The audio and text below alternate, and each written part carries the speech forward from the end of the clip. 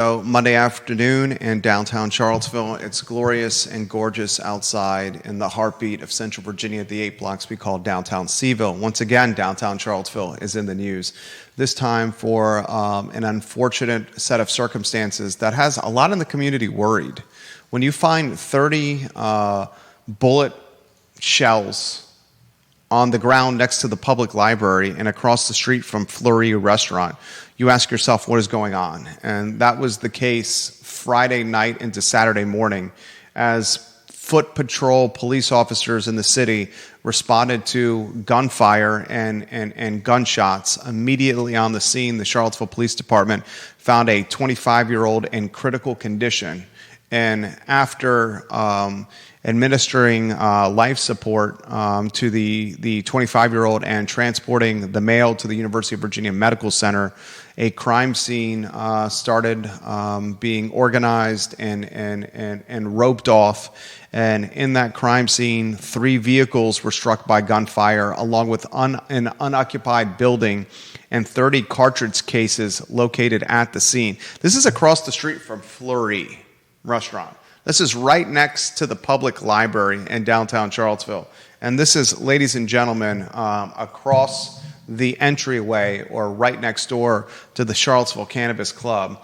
And it's a conversation we're going to have today, the gray area of private cannabis clubs in Charlottesville and Albemarle County. And these private cannabis clubs are prolific, including one smack dab on the downtown mall next to Hamilton's restaurant, where you pay $10 to enter. You head upstairs and you have a selection of any kind of weed that you want, any kind of vape pens that you want, edibles, flower, indicas, sativas, basically a farmer's market for cannabis. And you know, it's a conversation that I'm going to navigate in challenged capacity, because I know the proprietor of the Charlottesville Cannabis Club. He's a good guy. He's an entrepreneur. He has other business ventures in town. I've also openly said on this program that I am pro-cannabis. I've been disappointed how Glenn Youngkin has managed the legalization of marijuana in the Commonwealth of Virginia. He has impeded that legalization. Marijuana and cannabis has a dark history as it applies to the arrests of black and brown people who are without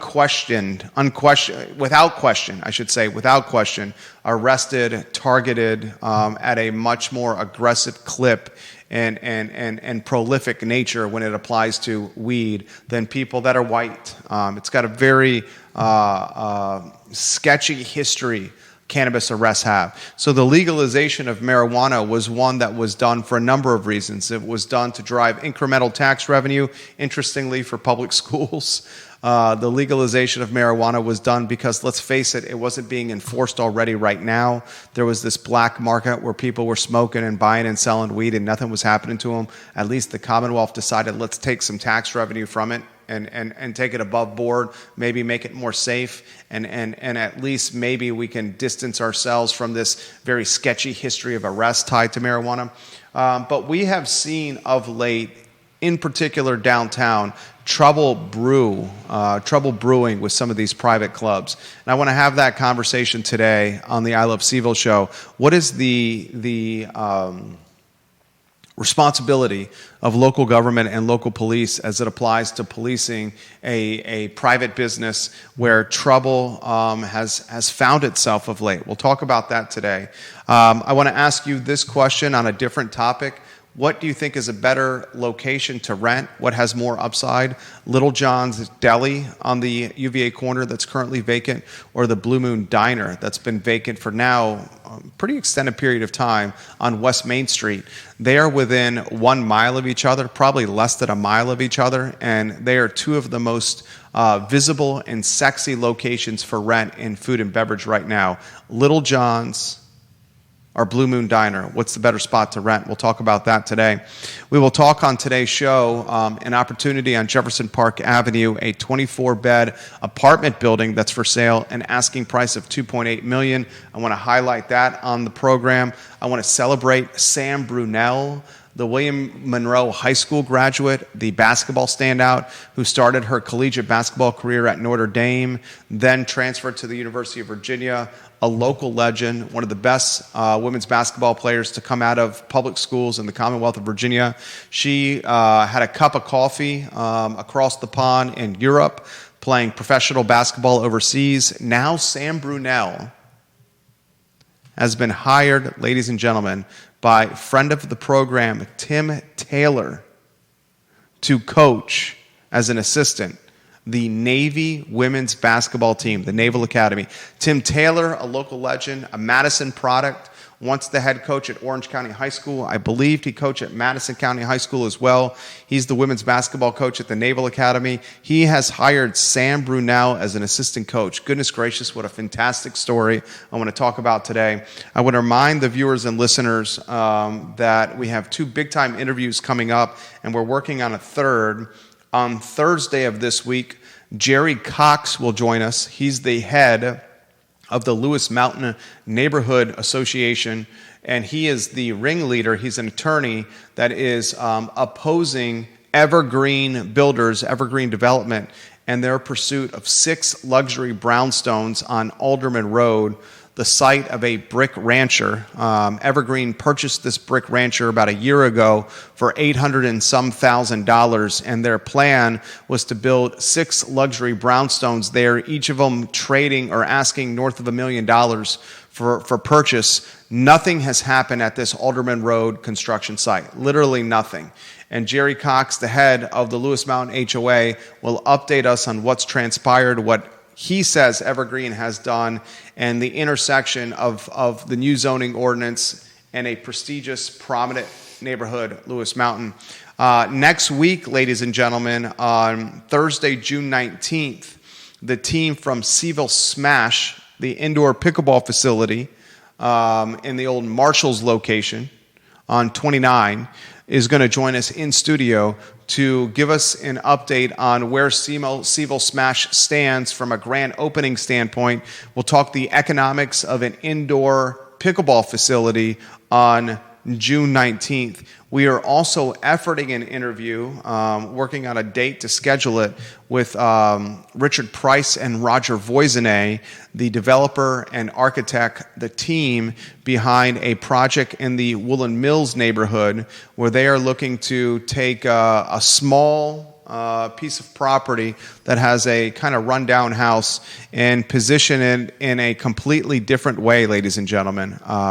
Woolen Mills Court is what they are calling it, and they have professionals: Richard Price, the architect and planner; Daniel Heyer, the CVille engineer; Mike Sadler, the home builder of Charlottesville area builders; Brian Ray of Roger Ray Surveyors; and Roger Voisinay as the lead developer on this project. It's a pretty special project. So we're looking at setting that interview up. Show's busy. It's very busy. The water cooler of Charlottesville and Central Virginia. It's our program. It's the I Love CVille Network. Judah Wickhauer, a studio camera, and then a 2-shot. I asked you the question, which headline intrigued you the most and why? And then I want to give some props to Charlottesville Sanitary Supply and our division, Charlottesville Business Brokers, that is absolutely crushing it right now. Which headline most intrigues you and why, Judah Wickhauer? I'm definitely interested in the discussion about what's going on outside the CVille Cannabis Club and what needs to be done to prevent something like this from happening again, since obviously 30 shells, I would regard us as being incredibly lucky that there was only one person absolutely critically injured. One person critically injured. One person was critically injured, but it could have been so much worse. This could have been a mass shooting. Yeah. We and I don't use those words lightly. Yeah. Friday night into Saturday morning, next to the public library, we may have had a mass shooting on our hands, ladies and gentlemen. 30 shells on the ground next to a public library, right in downtown Charlottesville. Yeah. We'll talk about that on today's show. Charlottesville Sanitary Supply, 61 years in business. John Vermillion and Andrew Vermillion. The Vermillion family is 4 generations Albemarle County. Their location is on East High Street, online at charlottesvillesanitarysupply.com. Charlottesville Sanitary Supply is where you get your sanitary supply needs, period. Communicative, full of integrity, full of honor, full of knowledge and education. John Vermillion and Andrew Vermillion at Charlottesville Sanitary Supply, they are doing business the right way, the honest way. We will also highlight our division, Charlottesville Business Brokers. Judah, if you can highlight that on screen. Charlottesville Business Brokers has done some big-time deals of late, more than $4 million in transaction over the last 24 months, guys, including the transaction of Great Harvest, including some deals we are not able to talk about on the show because of non-disclosure agreements. Charlottesville Business Brokers, if you need to buy or sell a business, if you're looking to exit a business, if you're looking to purchase something, reach out to us. We have buyers that are approved with cash on hand, and we have sellers eager to exit and to continue with their life from a retirement standpoint. Charlottesville Business Brokers. All right, the lead of the show has got to be a headline that should scare the bejeebus out of all of us. And it's made its way around social media by now, Reddit and Facebook.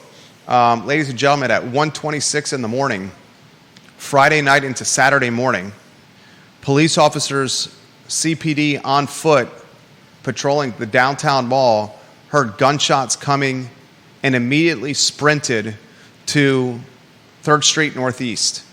This is next to the public library, across the street from Fleury. Yeah. Across the street from where the salad maker used to be, the soul food joint used to be. Yep. And right next to the Charlottesville Cannabis Club. And when police arrived, they found a 25-year-old male who was in critical condition.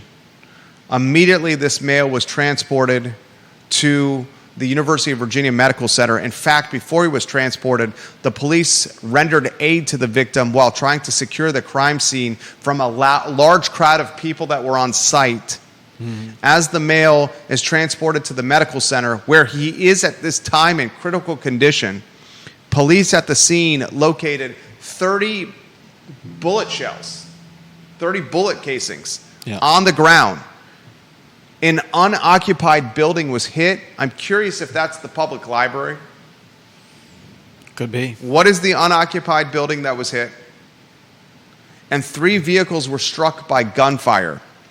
Police are asking businesses, landlords, and personnel in the area of the 200th to 400th block of East Market Street, which is right here, the 100th to 300th block of 3rd Street Northeast, and the 200th to 400th block of Jefferson Street, if they have surveillance footage, to get it to Police Officer Detective Cundiff at 434-970-3373.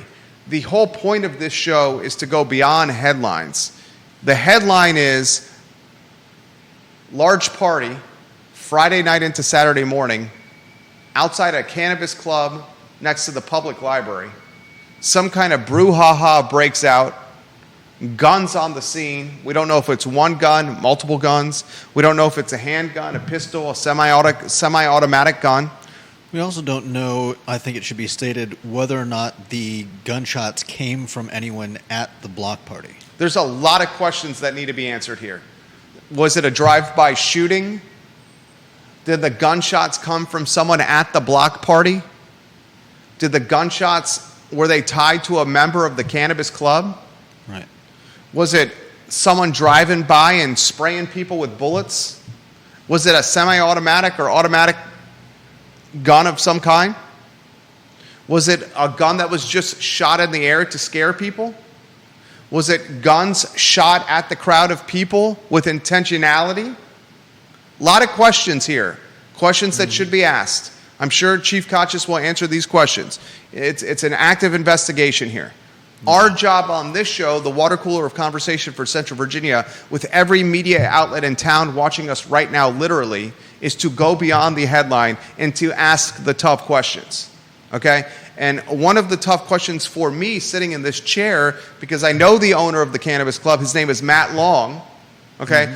Also owns the Fast Mart that's tied to Dirty Nelly's, the convenience store tied to Dirty Nelly's on Jefferson Park Avenue. He's an entrepreneur, has his hands in a number of things. He is a good guy. I hope Matt hears what I'm saying. I've known Matt for a long time, had beers with Matt. He is a good guy. He is a savvy business person. He is a man that is incredibly pro-cannabis. He's a man who, you do some research on him online, you'll find his father was in the cannabis business a generation ago, when if you were in the cannabis business generation ago, you faced really hard time.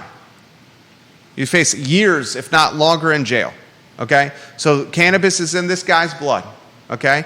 He created a beer in cahoots or in conjunction with Three Notch. Fantastic beer that was on tap for a while. He is a serial entrepreneur who understands business. I have positive things to say about Matt. I hope he hears this. I will say that the Charlottesville Cannabis Club on 3rd Street, this is not the first time that Judah trouble has brewed here. First time that trouble has bubbled here, pun intended. First time that trouble has sparked here. First time that Charlottesville that trouble has been enjoyed here. There's been smoke here before. And there will continue to be. And I think it's premature to point at the Charlottesville Cannabis Club. Well said. And say that what happened was because of that. Was because of the club. If you read through some of the discussion going on around what happened, there's much more involved than just a bunch of rowdy people at a cannabis club shooting guns in the air.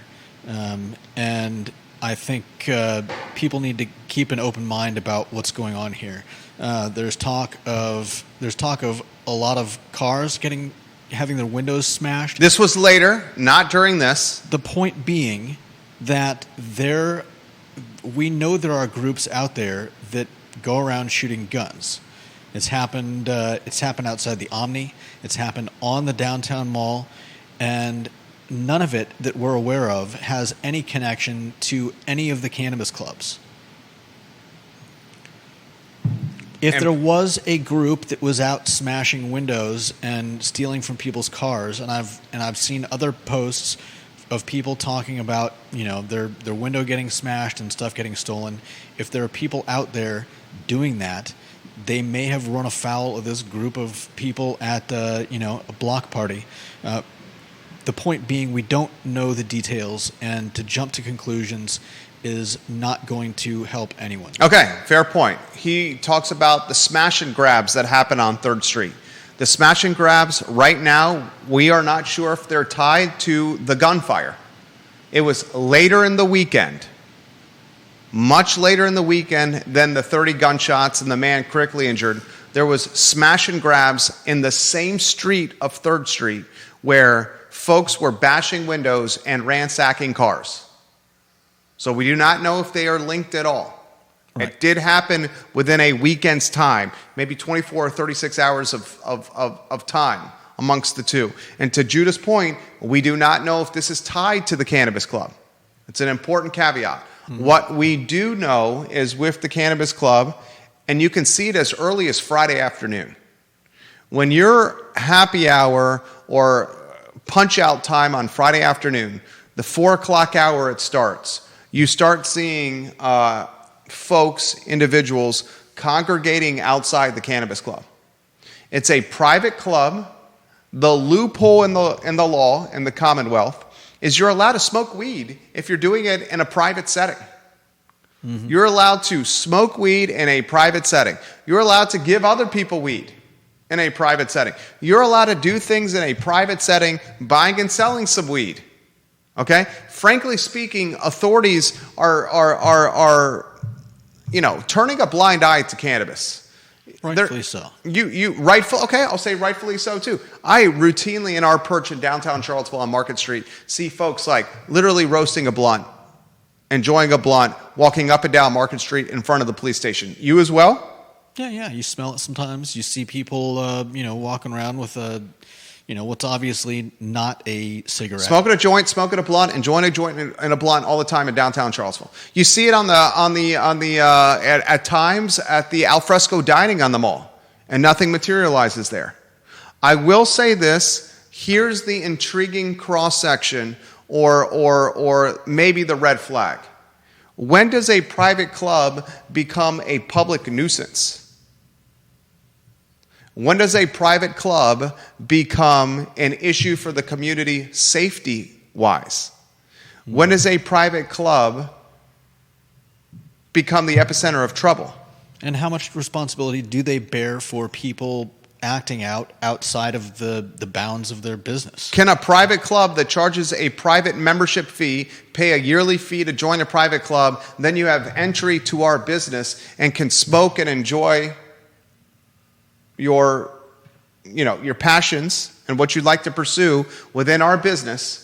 If those patrons of the private club, if those members, member is the word, if those members of the private club then go from outside the club to 3rd Street, the public road, and are congregating, smoking and drinking, listening to music, hanging out, how much is that the private club's responsibility? Right. How much is that local government or the police's responsibility? Mm-hmm. Right? I'll take it a step further. If you're on the downtown mall, and you're enjoying beers, wine, cocktails, you're ripping shots on the downtown mall, and you're doing it in a business, and then you leave that business and go to the downtown mall itself, which is public, mm-hmm. and cause trouble on the downtown mall, which is public, is the business that overserved or got the troublemakers inebriated responsible for the behavior of the customers who left the business and then went to the public space and caused trouble?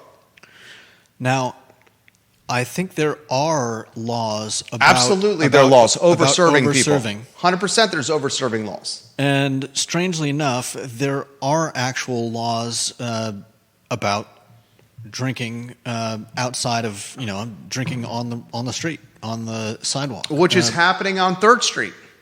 And maybe happening in a red Solo cup, but it's happening on 3rd Street. That's fair. And there's often been this, I don't know if it's a gentleman's agreement, or I don't know what you would call it, an overlook, some grace, when a man or a woman chooses to consume alcohol, and that alcohol is hidden in a brown paper bag, or that alcohol is hidden in a red Solo cup. It's not an open container. It's maybe hidden, or it could be in an open container in a brown paper bag. You often see the police choosing to look away or beyond what that person is doing at the time. I think in most cases that's probably the right thing to do. In most cases, people aren't.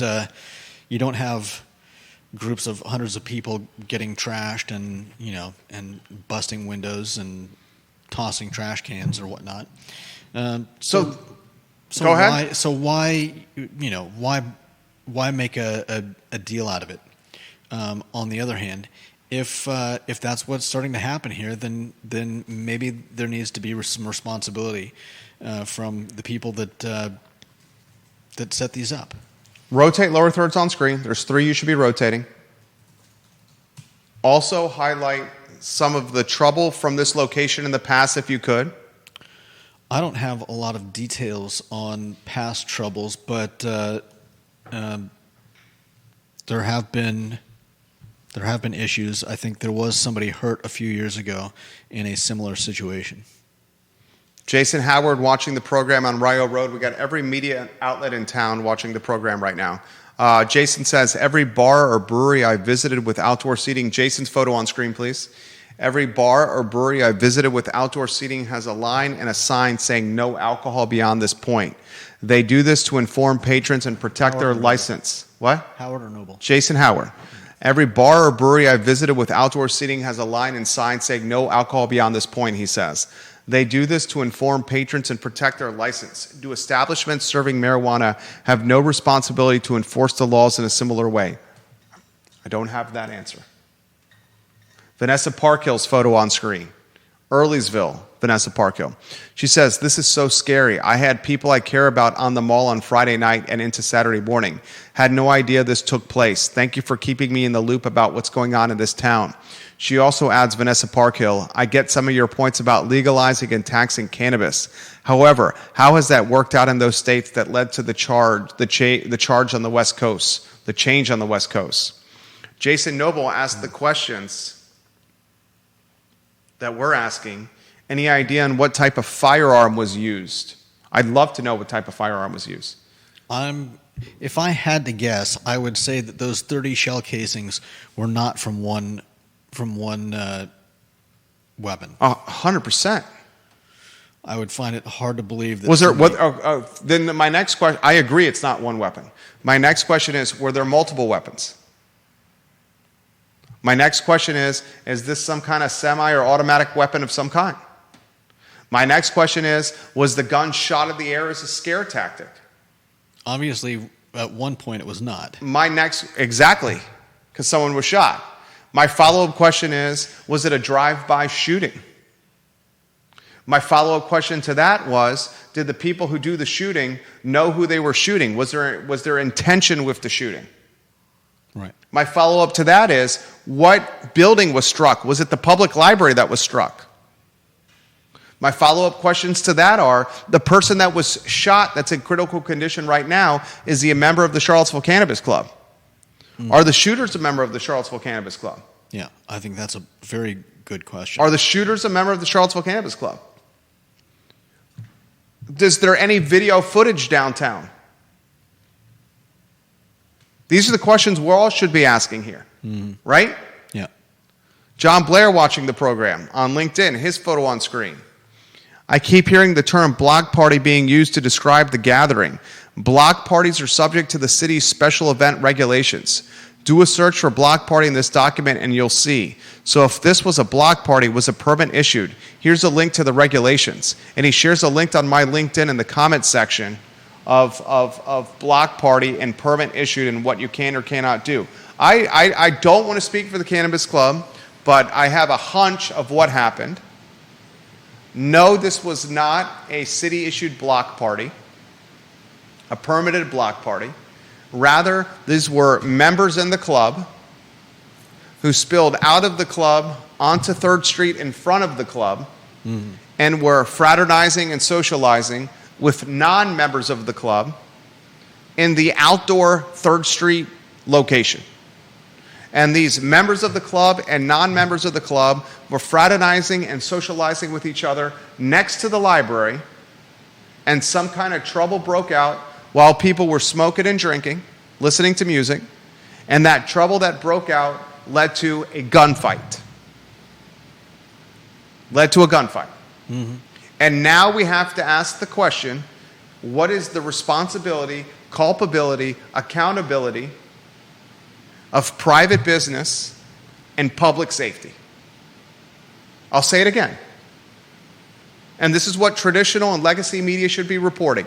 Asking the questions I just did and dissecting or figuring out this answer. The responsibility, culpability, accountability of private business and their patrons or members and what they do later in a public setting.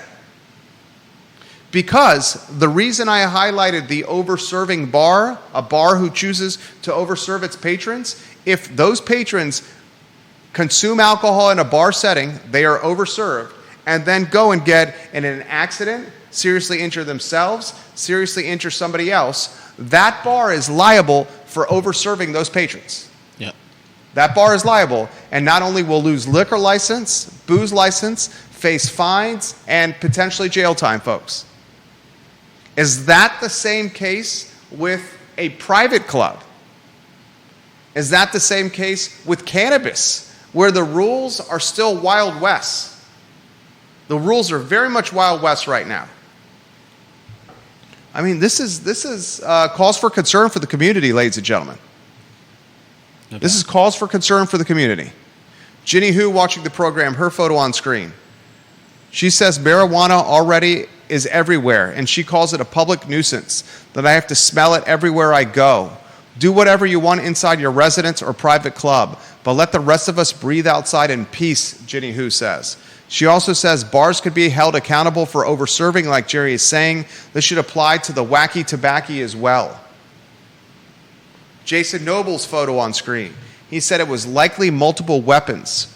Most semi-auto pistols hold 12 to 15 rounds, so there'd have to be a reload if it was just one dumbass. Probably a multiple dumbass scenario. No doubt. Also, thank God, okay, I'm going to say this. You shoot 30 bullets, or you have 30 bullet shells on the ground. 30 bullet shells on the ground. No one dead, and only one person seriously injured. Yeah. Are you a terrible shot? Are you the worst shot ever? Thank God you're the worst shot ever. I could make some jokes, but I don't think I don't think they're fair here. Usually I'm the one putting my foot in my mouth here, and you're the voice of reason. I'm not going to, but yeah, you're 100% right. 30 shots and only one person injured, no one dead. No other people injured. With a block party going on, that could have been terrible. This could have been a mass shooting. Yeah. You agree with that? Yeah, 100%. I have to imagine that the gun was not pointed at the crowd. So you think it's pointed in the air? I don't know. We don't know anything about it. Or was it a drive-by shooting? If it was a drive-by shooting, it probably would have had to have been some type of... If it was a drive-by shooting, it would have probably had to be the car driving down Market Street, shooting as it's driving down Market Street, down 3rd Street. I mean, it could have been, but those 30 shell casings being in one place kind of indicates that it probably wasn't a drive-by shooting. Okay, I'm with you. And also, you would have had to have everybody in that car pointing guns out the window, firing at the same time, or one of them would have had to have, I don't know, an Uzi. How do you get 30 shots fired while you're driving by? It just... Logistically, it doesn't make a whole lot of sense. Ginny Hu makes the point, that's just the 30 casings they found. There's likely way more than that, than the 30 casings. Maybe. There's some comments on Reddit right now that patrons, that average Joes and average Josies who were walking in downtown Charlottesville on 3rd Street the next day found shell casings and called police and told them about it. Yeah. Those comments are circulating on Reddit now that there were additional casings found. Mm-hmm. This happened as bars were being let out in Charlottesville. Do you understand that, folks? This happened as bars had called last call and as patrons were leaving bars in downtown Charlottesville. And this is happening as Charlottesville's trying to put together a plan for the 50-year anniversary of the downtown mall. This could not happen at a worse time. Yeah. At the 50-year anniversary for downtown CVille, where Sam Sanders is openly asking the public and talking about with City Council, how do we use taxpayer money, $1 million plus, to beautify or to safetyfy or betterfy the downtown mall ahead of the 50-year celebration? Mm-hmm. Think about that, ladies and gentlemen. Well, you want to make the 50-year celebration special, make sure that people don't get Uzi'd. There's the first step. You disagree? It's easy to say, but most of the gun violence we've seen in the city is not directed at large groups of people. Chief Koch straight up said on the show, when he joined us on the I Love CVille show, respect the man tremendously, the George Clooney of policing, that it's 20 to 30 knuckleheads that are committing the gun crime in Charlottesville and Albemarle County. Yeah, he said it's not that many people. He said 20 to 30 knuckleheads. The big problem. And there's really no way to, I mean, barring tracking all those people down and locking them up during the 50-year anniversary, the police are doing an admirable job, and I think if they had anything on those guys, they would have brought them in. And so there's not really any way to prevent gun violence. I don't agree with that. Okay. Give me a scenario. Gun buyback programs prevent gun violence. Okay. Tougher enforcement from the Commonwealth's Attorney's Office and judges prevent gun violence. Not letting the Naeem Hills of the world out of jail after they brutally attack other inmates. Then Naeem Hill leads the Charlottesville Police Department, the University Police Department, the Albemarle County Police Department on a wild goose chase manhunt. So tougher court enforcement prevents gun violence. Those are all good tools. Education prevents gun violence. Yeah. Rehabilitation infrastructure and education and resources prevents gun violence.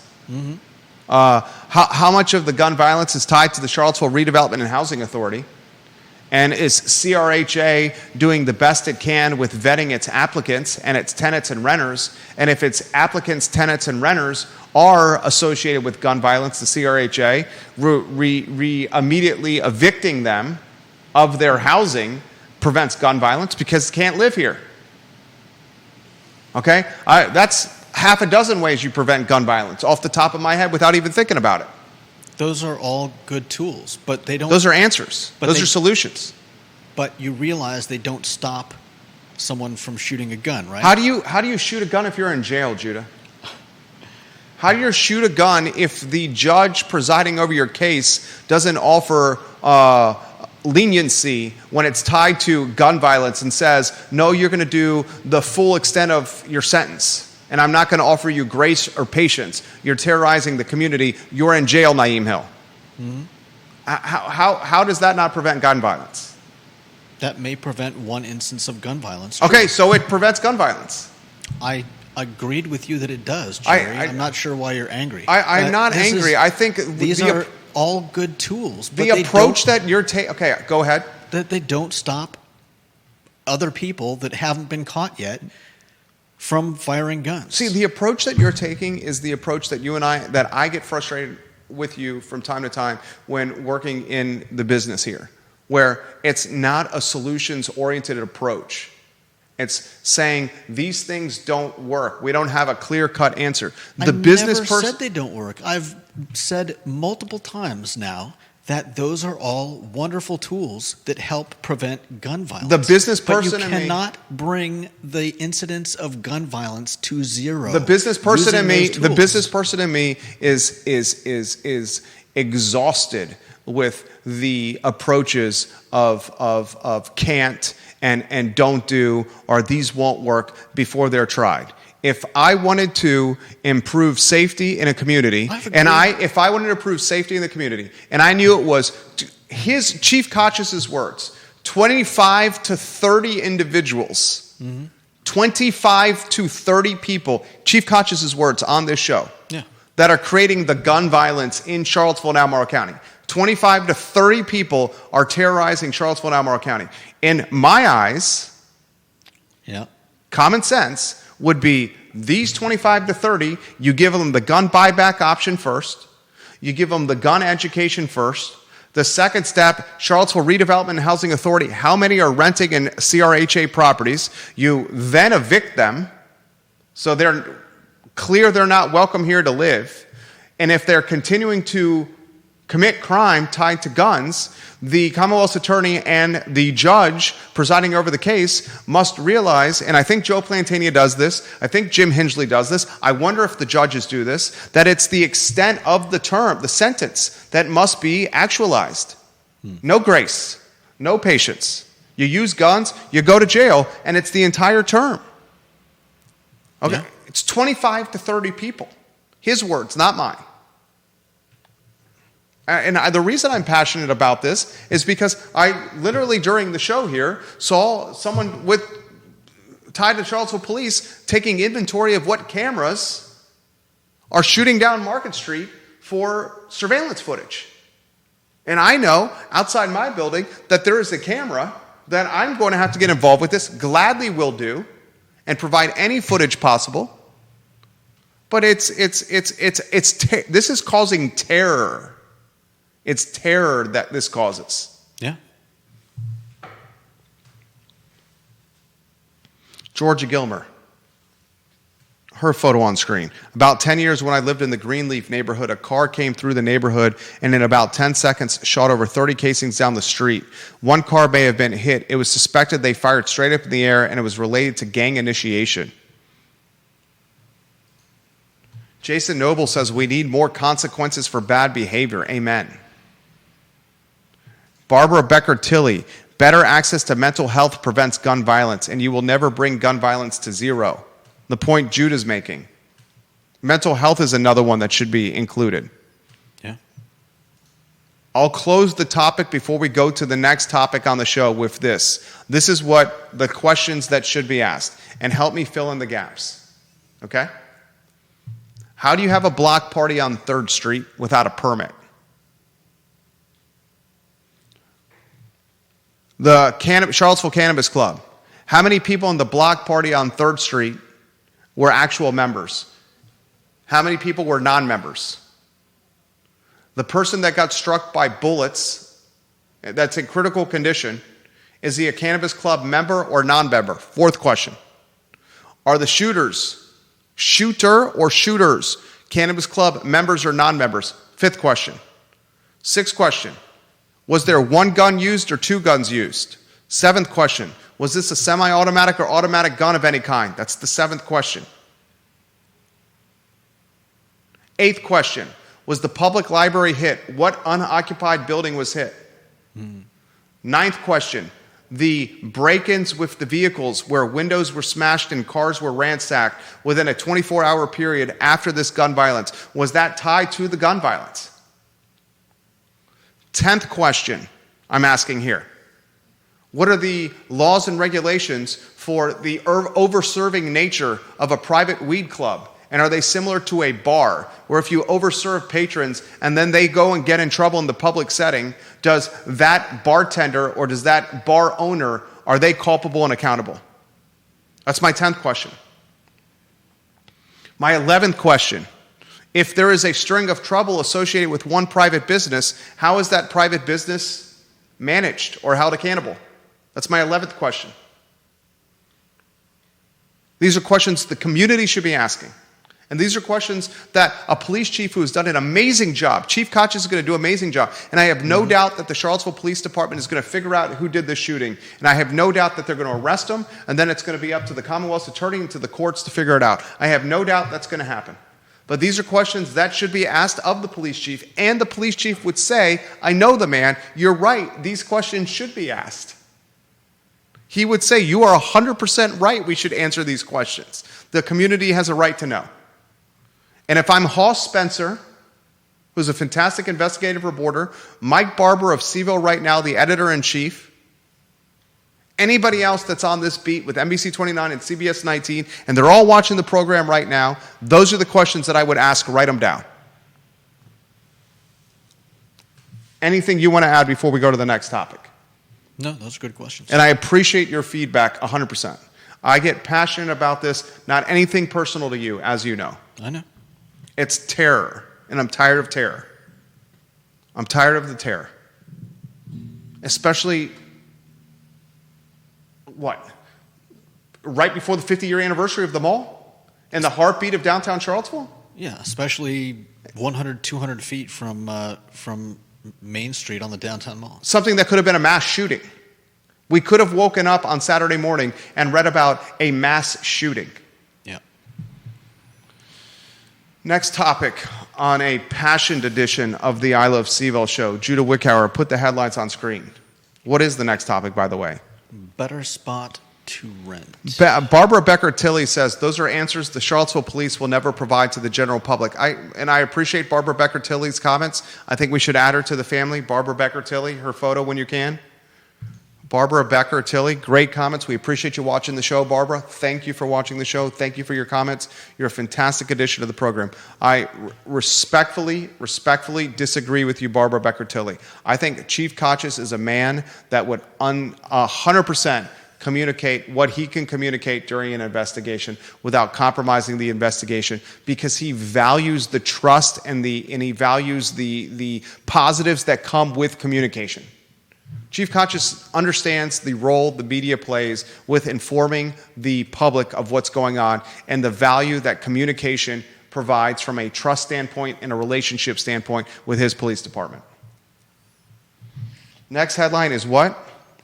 Better place to rent. What is the better? I mean, it's so crazy to talk about this after what could have been a mass shooting, but the show must go on. Judah, Littlejohn's or Blue Moon Diner, a better spot to rent and why from your standpoint? I would say Blue Moon Diner is far better. It lacks the seasonality of students coming and going. I think I don't know how many people, but I'm sure some people are.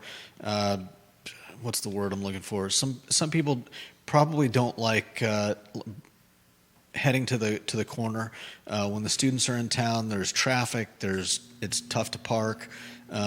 It's far easier to find some place to park on Main Street, either across the street or behind Blue Moon Diner, and it's just far more central. I respect his answer. I agree with him. I'll push back on that. I also think Blue Moon Diner is a better spot to rent than Littlejohn's. Blue Moon Diner's last day in business was November 27th. It's been vacant for December. It's been vacant for January, for February, for March, for April, for May, and now we're into June. It's been vacant for basically 6.5 months. If it's a better spot to rent than Littlejohn's, why are we now approaching 7 months of vacancy for Blue Moon Diner on West Main Street? It's a good question. I would need more information. I don't know how much the property owner is asking for in rent. I don't know. Are there how many restaurants have been started in that time frame? Maybe there's just not a place that's someone currently looking for a place of that size, that shape, that whatever. It's hard to say. All right. A follow-up question to that. You and I are in agreement that Blue Moon Diner is a better spot to rent than Littlejohn's. Right? Yeah. Which spot will rent first? Blue Moon Diner or Littlejohn's? Because a better spot to rent is not necessarily which spot will rent first. Right. And it may not be the best spot for whoever is looking for a place to open a new restaurant. You're right. And given that, I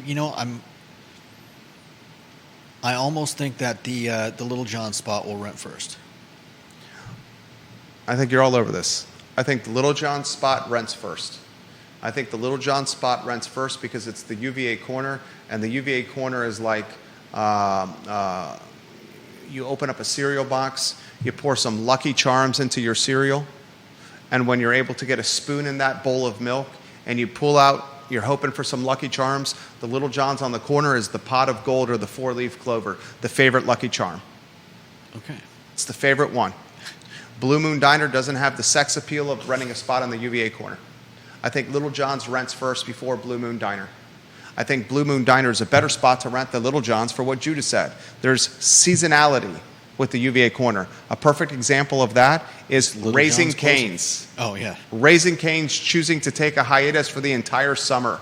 Yeah. Kuma on Elliewood closing for the entire summer. The sushi joint closing for the summer. Yeah. Okay? Seasonality. You have to make your money in 9 months on the UVA corner. Probably 8, because you're not making any money, it looks like, June, July, and most of August, and all of half of December and half of January. So you have to make your money in 8 months. You better be effing good at cash flow management when you only make money in 8 months in your business. No doubt. Okay? Blue Moon Diner does not have the seasonality, but I still think Littlejohn's rents first. And I think both spaces are facing headwinds now with people looking to get into expensive long-term personally guaranteed leases and sexy Class A spots like Littlejohn's at the Blue Moon Diner. That is a risk that some people may not have the appetite for right now. Yeah. Next headline, Judah Wickhauer, what do you got? And Georgia Gilmer, I appreciated you pushing back on Matthew Gillikin, the co-chair of Livable Charlottesville, when Gillikin was trying to share his Livable Charlottesville newsletter on the Charlottesville Then and Now group. You push back on the share of that newsletter. the promotion of that newsletter. And Georgia Gilmer, you did good. The community needs to push back on Livable CVille and say enough already. You're not making the community better by what you're policying and lobbying for. Next headline, what do you got, Judah Wickhauer? 24-bed apartment building for sale on JPA. You have those photos? I've got some photos, yeah. Put the exterior photo on screen. This is a unique opportunity, ladies and gentlemen. 2108 Jefferson Park Avenue, $2,800,000 asking price. 24 beds, 12 bathrooms. $2,800,000 asking price. It's a sixplex adjacent to UVA, all brick apartment complex. 6 units that are each 4 bedrooms. 2 baths. Spacious kitchen and a breakfast bar. 2108 Jefferson Park Avenue, $2,800,000 asking price. If you're interested in this opportunity, DM me, reach out to me. Very unique opportunity, 0.29 acres. 24 beds, 12 baths, fully leased, Jefferson Park Avenue. If you're looking to get into multifamily with some upside, this has upside, ladies and gentlemen. Reach out to me if you're interested. Judah Wickhauer, next headline, what do you got? Next, we've got Naval Academy hire. William Monroe High School graduate Sam Brunelle, who started her career, guys, at Notre Dame, one of the most decorated basketball players in Virginia High School League basketball history, one of the most talented female basketball players to come out of the Commonwealth of Virginia ever. She played on multiple junior national USA basketball teams. McDonald's All-American. The number 6 overall prospect in the class of 2019. Played at Notre Dame coming out of high school. Transferred to the University of Virginia. Then played overseas professional basketball. Had a cup of coffee across the pond. Tim Taylor, a local legend. Head coach of Orange County High School at one time. Madison County High School boys basketball at one time. Tim Taylor, now the head coach of the Naval Academy. He has hired Sam Brunelle as an assistant coach. Sam Brunelle is transitioning from professional basketball and a media career, broadcasting career, to coaching at the Naval Academy. Fantastic hire for Tim Taylor. Friend of the program. Know Tim Taylor well. Sam Brunelle, you cannot have picked a better coach to learn the coaching profession from. Tim Taylor knows coaching like the Pope knows holy water. Tim Taylor knows coaching like Judah knows cardigan sweaters and the dog days of summer here in Charlottesville. Tim Taylor knows coaching like yours truly knows IPAs? Sure. Is that fair? I guess. Well done, Sam Brunelle. Well done, Tim Taylor. And the story of a local legend, Sam Brunelle, continues under the guidance of another local legend and Tim Taylor at a prestigious university, the Naval Academy. I absolutely love this story.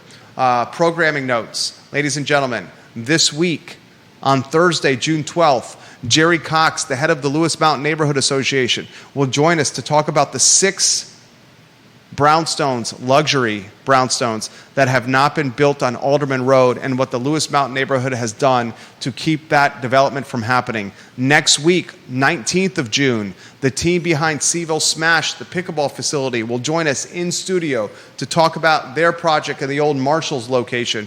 And currently, we are efforting an interview with Roger Voisinay and Richard Price. In fact, Roger says he can do the interview. Wednesday, June 18th, the team behind the Woolen Mills Court. They've been working on a small development project in Woolen Mills, ladies and gentlemen. Interviews left and right. The I Love CVille show is humming. I remind any viewer and listener, if you're looking for office space in Charlottesville or Albemarle County, there's no one that has more than yours truly. Office space, executive office space.